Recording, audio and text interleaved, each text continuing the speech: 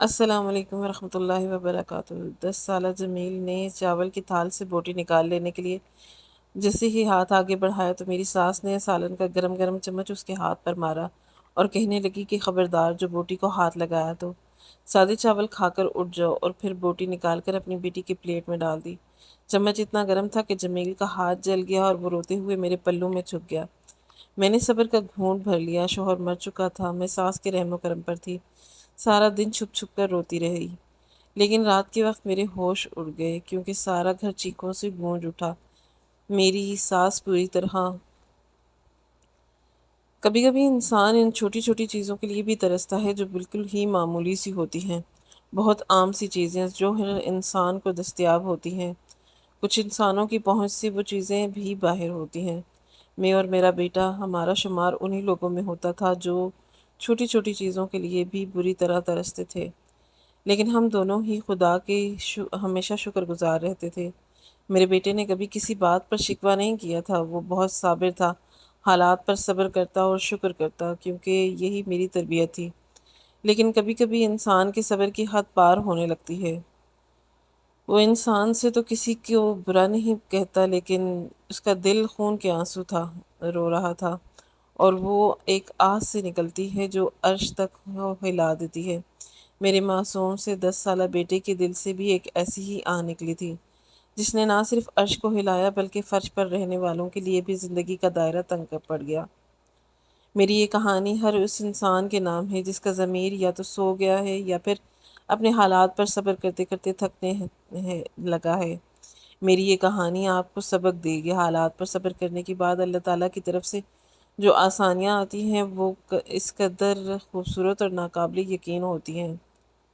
آج کی یہ کہانی دل کو چھو لینے والی ہے، اس لیے آخر تک ضرور سنیے گا۔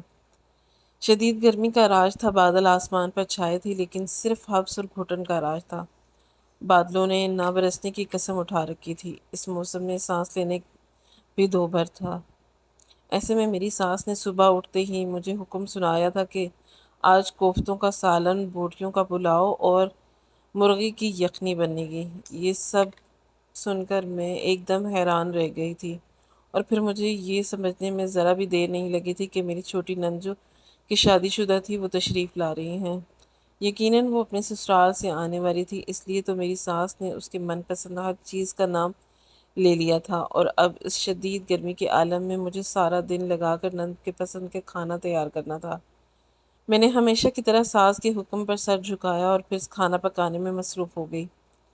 میری ساس نے جھٹ سے سارا سودا منگوا کر مجھے دے دیا، اور اب مجھے پورا دن لگا کر یہ قسم قسم کے کھانے بنانے تھے۔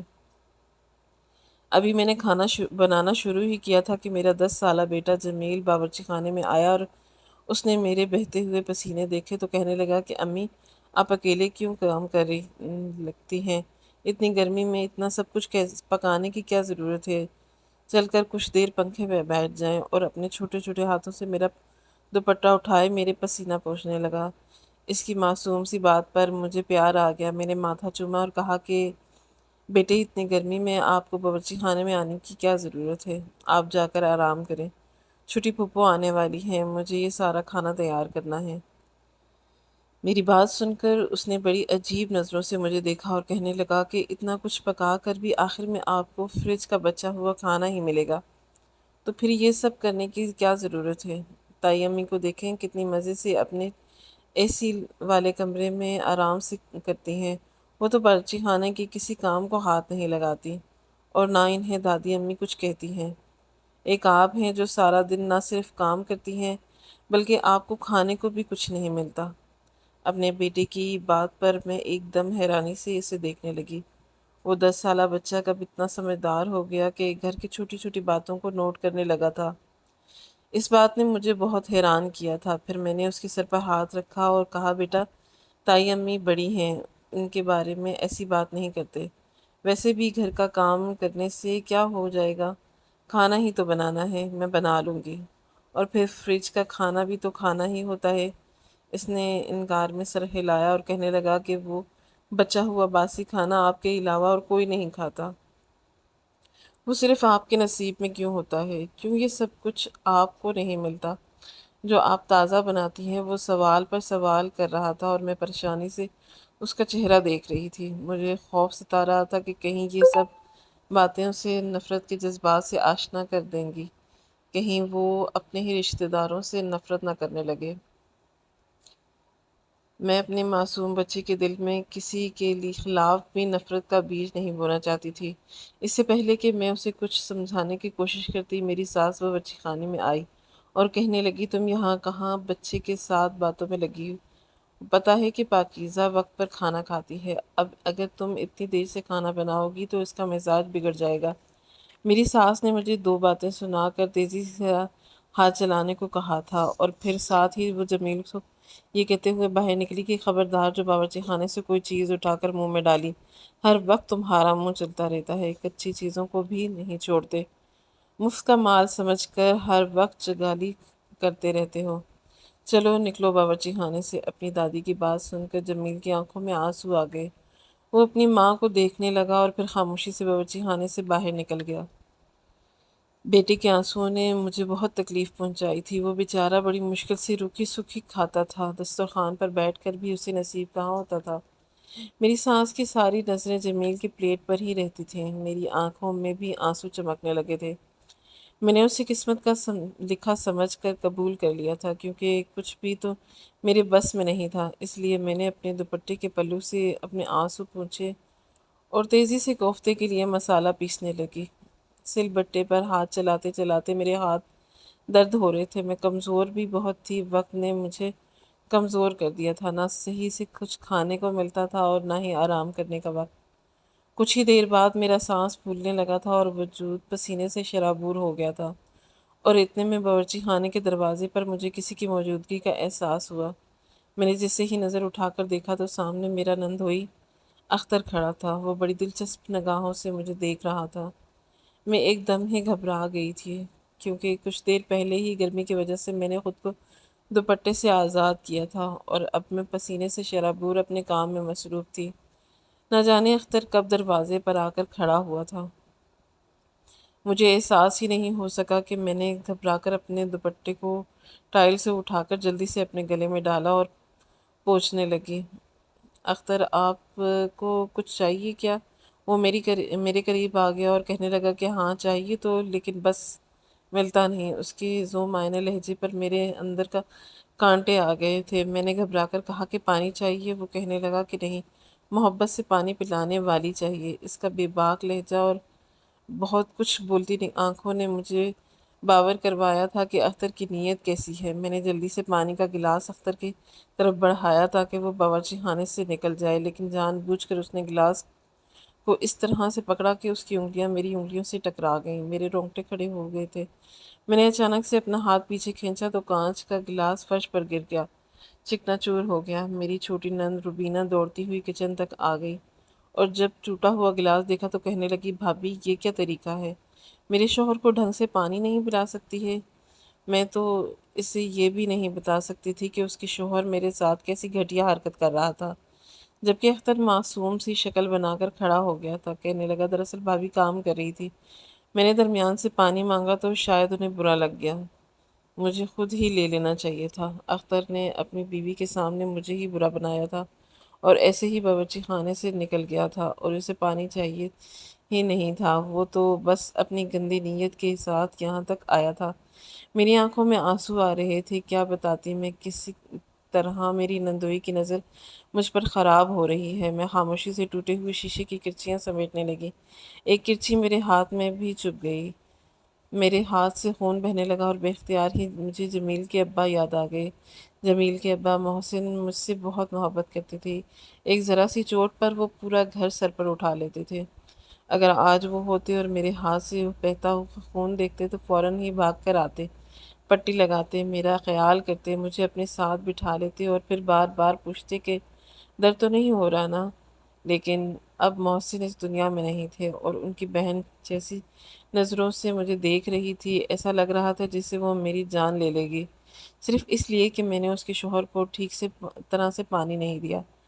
روبینہ تن تناتے ہوئے باورچی خانے سے نکل گئی۔ میں نے ساری کانچ سمیٹی اور پھر کٹے ہوئے ہاتھ کے ساتھ ہی کوفتوں کا مسالہ پیسنے لگی۔ اس کٹ پر جب جب مرچیں لگتی تو میری چیخ نکلتی، لیکن بڑی مشکل سے میں نے کوفتوں کا مسالہ تیار کیا تھا، ساتھ ہی مجھے پلاؤ بھی بنانا تھا اور رائتا وغیرہ بھی۔ میں بہت تیزی سے ہاتھ چلا رہی تھی، لیکن بار بار میرے ذہن میں محسن کی شکل آ رہی تھی۔ میرے اور محسن کے ارینج میرج تھی، لیکن میری ساس نے مجھے اس لیے بہو بنایا تھا کیونکہ میں ایک غریب گھرانے کی لڑکی تھی۔ میرے سر پر باپ کا سایہ نہیں تھا۔ بوڑھی ماں تھی جو مجھے رخصت کرنے کے کچھ مہینوں بعد اس دنیا سے چل گئی تھی۔ نہ کوئی بھائی تھا نہ بہن، اور اسی بات کا فائدہ میری ساس ہمیشہ اٹھایا کرتی تھی۔ مجھے یتیم کہہ کر وہ میرا حق کھاتی اور میرے شوہر کی نظروں میں مجھے برا کرنا چاہتی تھی، لیکن ارینج میرج کے باوجود بھی میرے شوہر نے مجھے سر آنکھوں پر بٹھایا ہوا تھا۔ وہ جان گئے تھے کہ میں ایک اچھے کردار کی عورت ہوں، اس لیے وہ ہمیشہ میری عزت کرتے تھے، محبت کرتے۔ اور پھر جب ہمارا گھر جمیل کی پیدائش ہوئی تو محسن نے مجھ سے حد سے زیادہ محبت شروع کی تھی۔ وہ میرا پہلے سے بھی کئی گنا زیادہ خیال کرتے اور کہتے کہ تم نے دنیا کی سب سے بڑی خوشی مجھے دی ہے، اور یہی بات میری ساس کو ہضم نہیں ہوتی تھی۔ لیکن محسن کی نوکری بہت اچھی تھی، انہی کی کمائی سے گھر کا زیادہ خرچ نکلتا تھا، اس لیے میری ساس خاموش رہتی تھی۔ لیکن پھر ایک حادثے میں محسن کی دنیا سے چلے گئے۔ ان کا اچانک یوں مجھ سے بچھڑ جانا مجھے توڑ گیا۔ میرا بیٹا جمیل صرف 8 سال کا تھا جب وہ باپ کے سائے سے محروم ہو گیا تھا۔ جو یتیمی کی زندگی میں نے گزاری تھی وہی میرے بیٹے کے نصیب میں بھی نکلی۔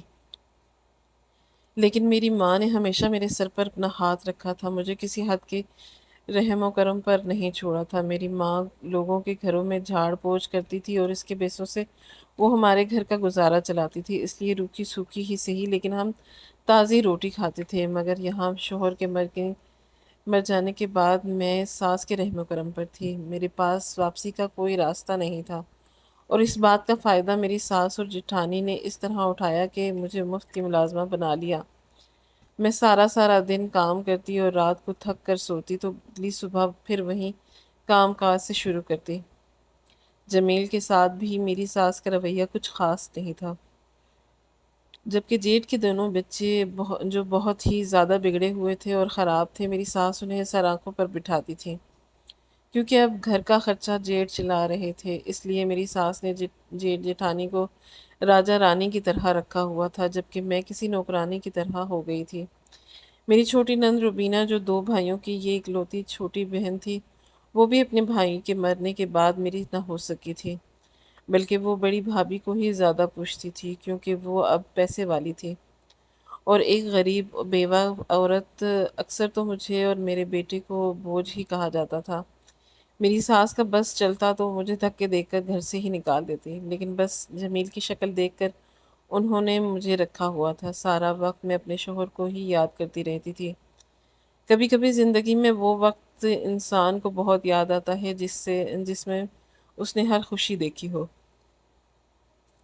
لیکن پتہ ہے انسان کی برائی کیا ہے کہ جب وہ ہر خوشی دیکھ رہا ہوتا ہے تب بھی وہ ناشکری کر رہا ہوتا ہے۔ جب میں محسن کے ساتھ تھی تب مجھے شاید اپنے اتنے اچھے وقت کی قدر نہیں تھی۔ اس وقت بھی مجھے کبھی کبھار محسن سے شکایت کرتی تھی کہ ان کی ماں مجھے برا بھلا کہتی ہیں، لیکن اب جب محسن چلے گئے ہیں تو مجھے احساس ہونے لگا کہ وہ وقت ہی میری زندگی کا سب سے حسین وقت تھا، کیونکہ محسن کے جانے کے بعد تو جو رویہ دنیا کا میں نے دیکھا تھا وہ انتہائی برا تھا۔ خاص کر میرے نندوئی اختر نے تو بہانے بہانے سے ہی مجھ پر نظر جمائی شروع کر دی تھی، اور میں یہ بات کسی سے کہنے کے قابل بھی نہیں تھی۔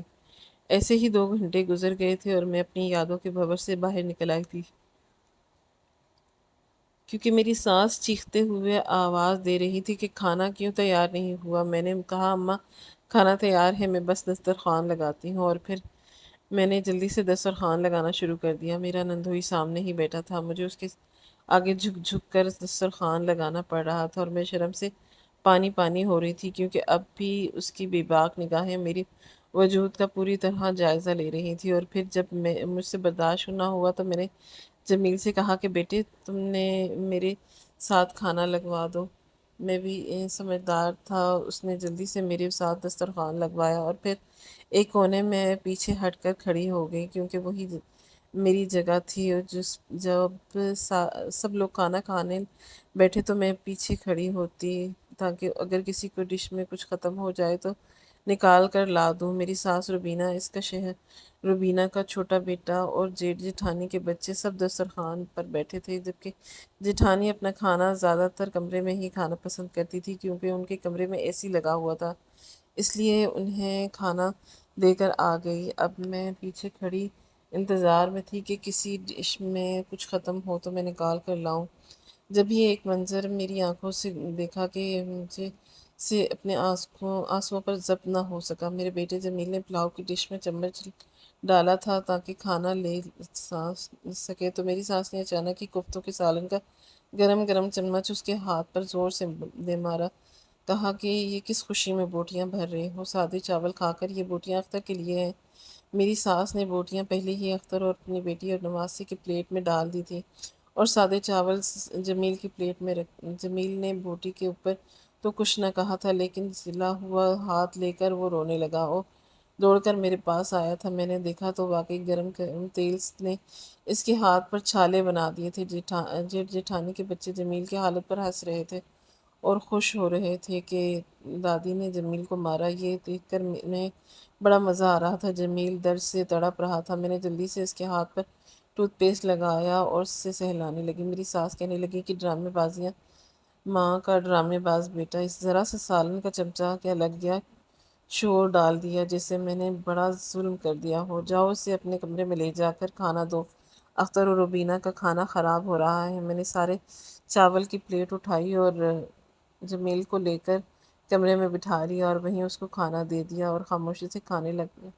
ساتھ ساتھ میرے منہ میں بھی نوالا ڈالتا۔ میں نے اسے منع کرنا چاہا کیونکہ میں جانتی تھی کہ یہ کھانا میرے لیے نہیں ہے، مجھے کل کے فریج کی بچی ہوئی چٹنی روٹی کھانی تھی، لیکن میرے بیٹے کو میرا اتنا ہی خیال تھا جتنا میرے شوہر کو ہوتا تھا۔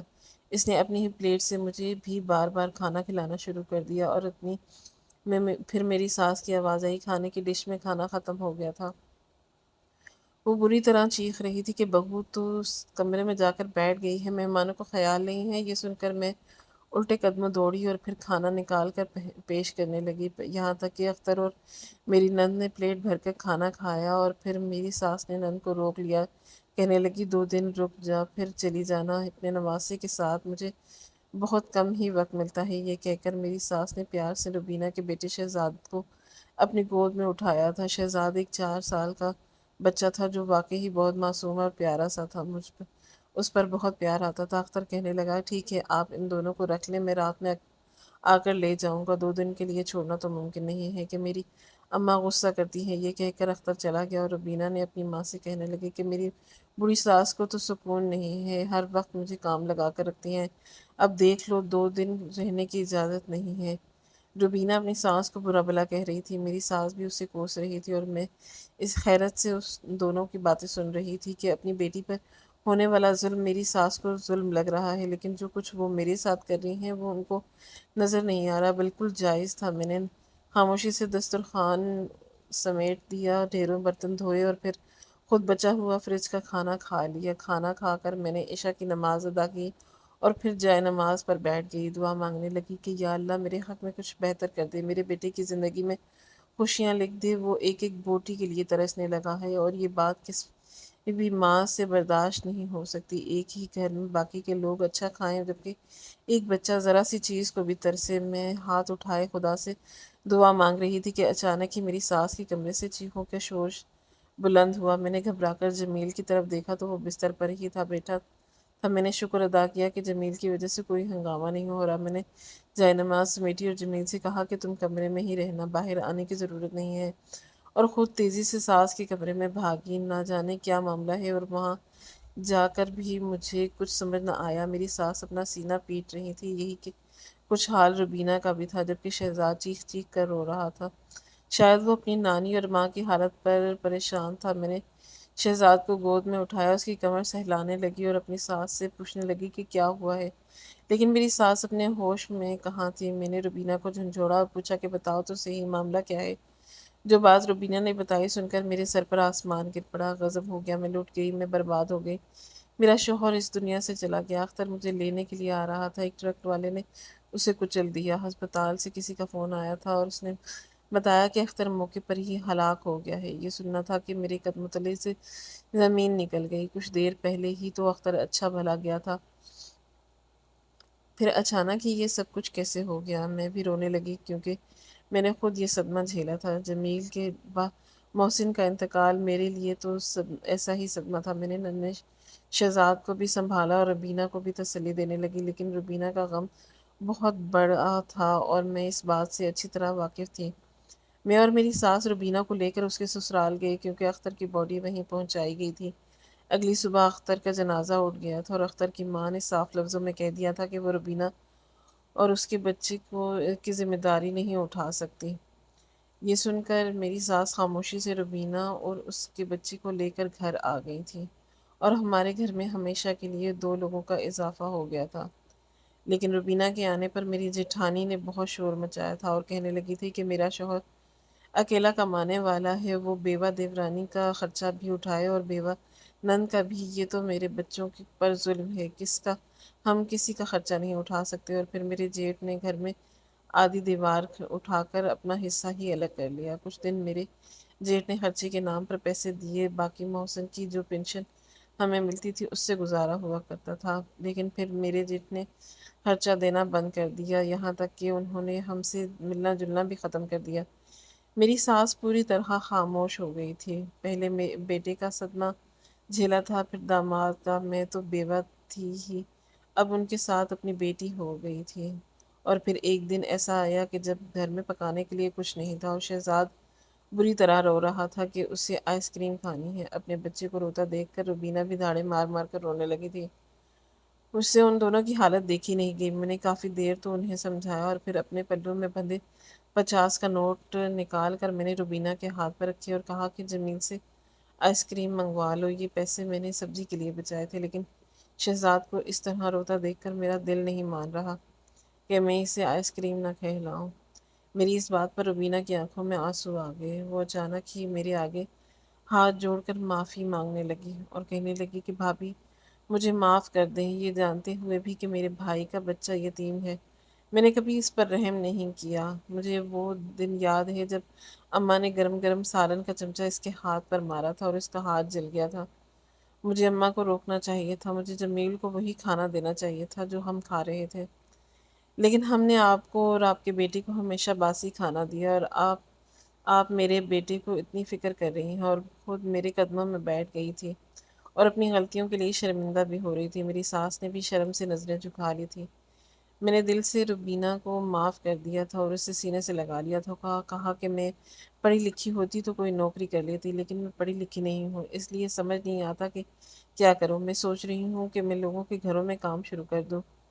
میری بات سن کر ربینہ نے انکار کیا اور کہنے لگی کہ نہیں بھابھی، آپ کو اس کی ضرورت نہیں، مجھے سلائی کا کام آتا ہے، میں کل سے سلائی ہی شروع کر دوں گی۔ بس آپ باہر بورڈ لگوا دیں کہ یہاں کم قیمت میں عورتوں کے کپڑے سلائی کیے جاتے ہیں۔ ربینہ کے پاس سلائی کا ہنر تھا، اس نے سلائی شروع کر دی۔ اچھا خاصا گھر کا خرچہ چلنے لگا۔ پھر دھیرے دھیرے میں نے بھی اسے سلائی سیکھ لی اور ہم دونوں نند بھابھی مل کر خوب سلائی کرتے اور ساتھ میں مل بیٹھ کر گھر کے کام بھی کرتے۔ ہمارے گھر کا گزارا ٹھیک ٹھاک چلنے لگا تھا۔ جمیل اور شہزاد ایک ہی اسکول میں پڑھ رہے تھے۔ اب تو میری سانس بھی گھر کے کام کاج میں ہاتھ بٹا دیا کرتی تھی۔ ہم ایک دوسرے کے غم کو سمجھ گئے تھے، اس لیے زندگی کی گاڑی آگے بڑھ گئی تھی۔